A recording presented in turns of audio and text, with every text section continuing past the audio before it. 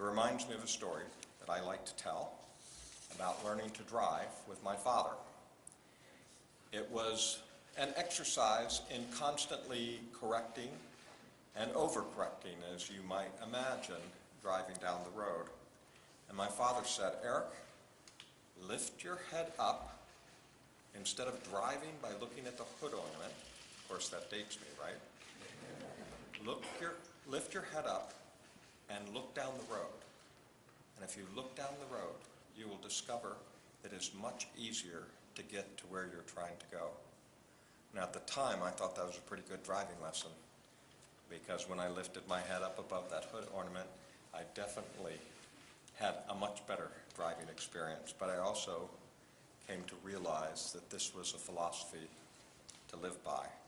Our job, all of our job, is to see down the road,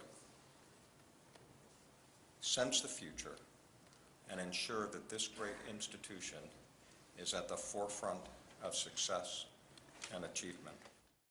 If you view Penn State as sort of the educational equivalent of America's sports car, a blue and white Corvette, if you will, or pick Mustang, you pick the brand that you're most interested in, but you view yourself as that blue and white educational equivalent of America's sports car, we need to ask, why is it that so many students drive at 20 miles an hour when there's so much that is worthwhile?